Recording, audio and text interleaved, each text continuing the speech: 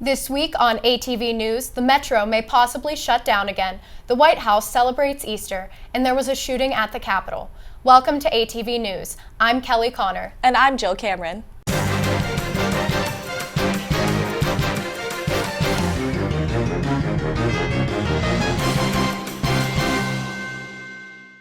On Monday, April 28th, President Barack Obama and First Lady Michelle Obama hosted the Easter egg roll on the South Lawn of the White House. The theme for this year's Easter egg roll was Let's Celebrate, a play on the First Lady's Let's Move campaign. As a part of this theme, the Easter egg roll consisted of a fun run, as well as musical performances, sports games, and storytelling. On Monday, the U.S. Capitol's Visitor Center was on lockdown after a man attempted to pass through the center's metal detectors and pulled out what appeared to be a weapon. The suspect, Larry Russell Dawson, may be charged with assault with a deadly weapon and assault on an officer while armed.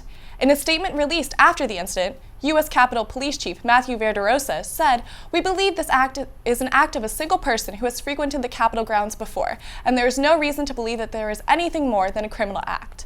Now let's hear from the latest in entertainment with Tony Peak. Thanks, Jill. Hello, everybody. I'm Tony Peak, giving you the latest entertainment headlines from this week. Our former lovers, Kourtney Kardashian and Scott Disick, back together. We are happy to report that April Fools! Sorry to all of our viewers. Unfortunately, the two aren't back together, but these two had us all fooled when Scott announced via Kourtney's Snapchat that they were. But Kourtney immediately refuted her former partner's claim, saying no while laughing and smiling.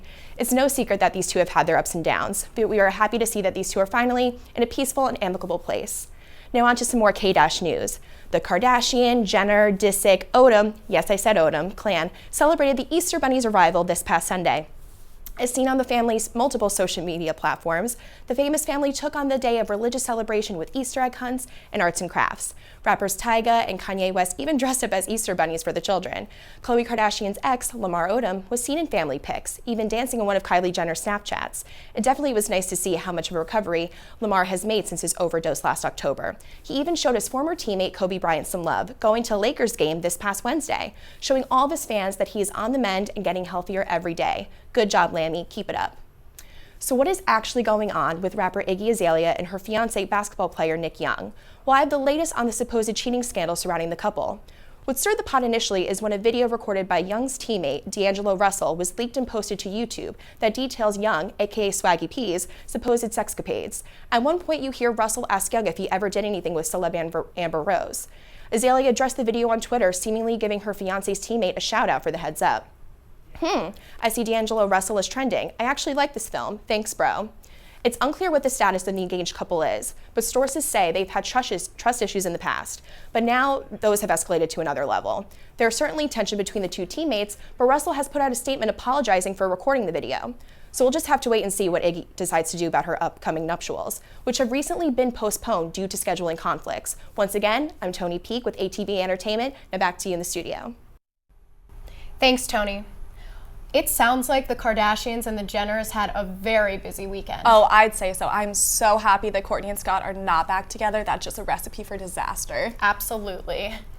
Governor Jerry Brown of California and Governor Andrew Cuomo of New York have both agreed to raise the minimum wage in their respective states to $15 per hour. On Thursday, Brown stated that he would sign a bill to raise the minimum wage, and Cuomo recently agreed to a similar deal. These decisions follow months of protests from citizens who struggle living off of the current federal minimum wage of $7.25 per hour. California and New York are the first states that have promised this rise in pay, following the precedent set by cities such as Los Angeles and Seattle. This week, D.C. Metro's top officials announced that they may recommend to shut down parts of the system in order to make what Chairman Jack Evans has described as dire repairs. Citing insufficient time and resources to complete the repairs on nights and weekends, Evan believes that the lines could be closed for up to 6 months. Despite this recommendation, D.C. Mayor Muriel E. Bauer issued a statement expressing her concerns that an extended shutdown will have far-reaching consequences for riders and the entire region. Now we go to the latest in sports with Deepak Bhagat. Thanks, Kelly. I'm Deepak Bhagat, and here's what's going on in sports. The 2016 Major League Baseball season kicks off on Sunday night. The Golden State Warriors continue their quest for the NBA record 73 wins in a season.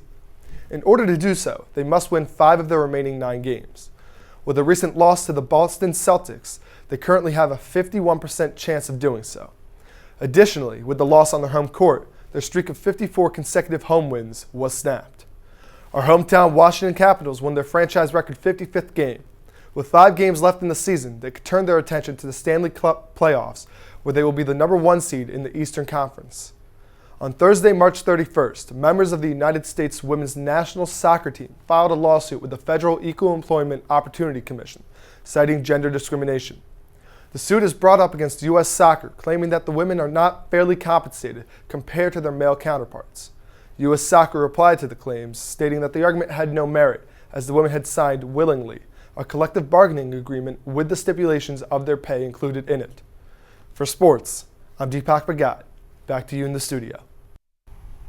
Thanks, Deepak. I personally am excited about the start of baseball season, and I also think that ATV News should take a group trip to a Nationals game. Totally, and maybe if we're lucky, we'll catch some foul balls. Maybe. On Wednesday, March 30th, surgeons at the Johns Hopkins University Medical Center in Baltimore, Maryland, performed the first liver transplant between 2 HIV-positive patients.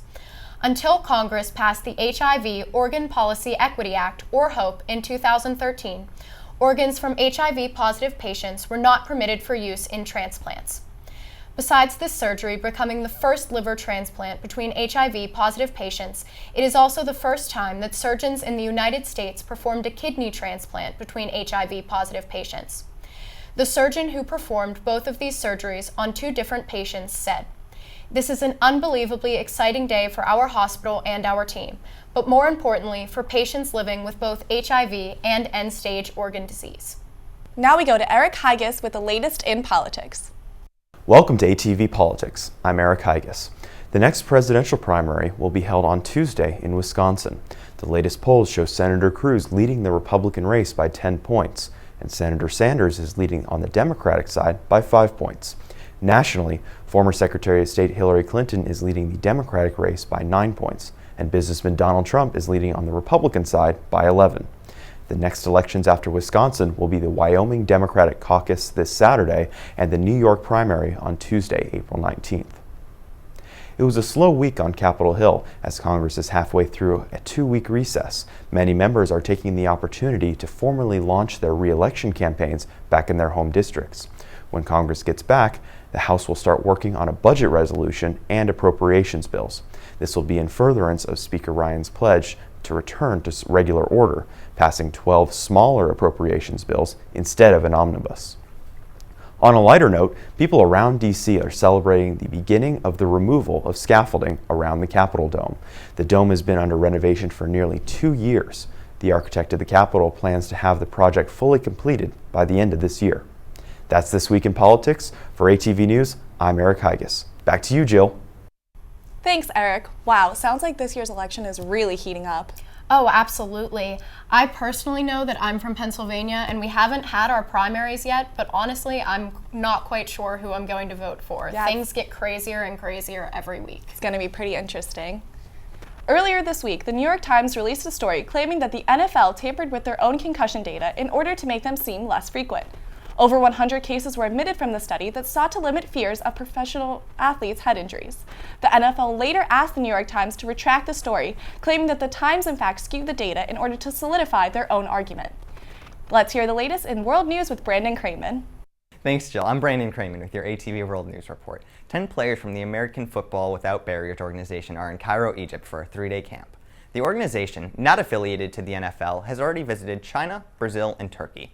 Within hours of arriving in Egypt, 400 people had signed up to learn the sport. A new study says that if current trends continue, 18% of men and 21% of women will be obese by 2025. In 4 decades, global obesity has more than tripled among men and doubled among women, the study says. It also says that any country probably has more obese people than underweight ones. More men were obese than underweight in 136 countries, and more women were obese than underweight in 165 of them. Authorities said at least 24 people died after a section of the under-construction bridge came crashing to the streets of Calcutta, India, midday Thursday. The crash buried moving cars and pedestrians in the crowded neighborhood north of the city center. The Indian Prime Minister stated, "My thoughts and prayers are with the families of those who lost their lives." He also added, "May the injured recover at their earliest." That's all for World News. Back to you, Kelly, in the studio. Thanks, Brandon. Wow, I hope that the children who are learning to play football in Egypt protect their heads. Yeah, well, hopefully they will because it's not affiliated with the NFL, though the data may be skewed, but hopefully they're being safe with that. Hopefully. While most people dread April 1st because of April Fool's Day, a select group of American teenagers, graduating seniors, are worried about receiving acceptance letters from colleges throughout the United States, many of which wait until April 1st to release their admissions offers. This year, the admissions rates of many colleges have once again decreased. Stanford University in California, for example, has the most competitive admissions rate in the country, and it dropped to 4.7% this spring. American University's acceptance rate is also predicted to drop significantly, having already dropped from 46% to 35% in 2015. Now we go to Adina Marks with the latest weather report. Thanks, Kelly. This is Adina Marks with your ATV weather report. Unfortunately, not a lot of quadding weather in our near future, with rain on the warm days and sun only when it's cold out. There will be a heavy rain on Monday afternoon and a high of 66. Tuesday is going to be mostly sunny all day, but only with a high of 48 and a low of 32. Wednesday is also mostly sunny with a high of 53 and a low of 47. Thursday, there will be scattered thunderstorms throughout the day with highs of 62 and lows of around 43. Friday will be cloudy with a high of 55 and a low of 29. That's it for this week's weather. I'm Adina Marks. Back to you, Jill.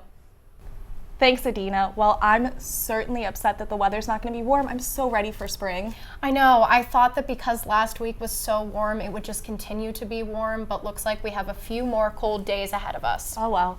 Well, now let's go to Sarah Camerata with What's Up AU. Thanks, Jill. Hi, I'm Sarah Camerata, and this is What's Up AU. With only 3 weeks left of classes, AU is still buzzing with excitement. On Thursday, April 7th, Anita Hill will address American University students and faculty in the School of Communication, Form and Theater. Hill is most well known for bringing about accusations of sexual assault against current Associate Justice of the Supreme Court, Clarence Thomas. Her address comes 9 days before the release of Confirmation, an upcoming HBO film documenting the confirmation hearings of Thomas. Hill currently serves as a senior advisor to the provost at Brandeis University and is the author of Reimagining Equality and Speaking Truth to Power. Another interesting speaker is Kevin Merida of ESPN's The Undefeated, discussing the intersection of race, culture, and sports on Tuesday, April 5th. He will be interviewed by Pulitzer Prize-winning reporter John Sullivan of The Washington Post. Kevin Merida is a former managing editor of The Washington Post and now editor-in-chief of ESPN's website. In drastic proposed changes of the school communications undergraduate journalism major, some members of the SOC faculty want to expose students to journalism classes earlier in their academic career by removing some of the prerequisite barriers. They find that students take their first reporting class in junior year, which is too late. Reducing the number of prerequisites for journalism courses would allow students to enroll in broadcast and multimedia courses earlier. Another major change would be to drop the traditional print and broadcast tracks and make all students journalism majors. The proposal also introduces some new required courses, including quantitative methods and visual journalism, and moves journalism ethics from an elective to a required course. I'm Sarah, and this has been What's Up AU. Back to you, Kelly, in the studio. Thanks, Sarah. I can't believe that we only have 3 weeks of school left. I just had midterms last week. I know, it's crazy. I feel like this whole year has flown by and college is gonna fly by too. It's crazy. Absolutely. In what appears to be a deadline dispute, Bernie Sanders' name was left off of the Washington, D.C. ballot this week. According to D.C. Democratic Party Chairwoman Anita Bonds, the party failed to submit the necessary paperwork for Sanders to be listed on the ballot on time. Sanders' campaign later said that he did in fact follow the rules and to expect his name on the ballot in June. That's it for ATV News this week. Be sure to like us on Facebook and follow us on Twitter. I'm Kelly Connor. And I'm Jill Cameron. Tune in next week to ATV News.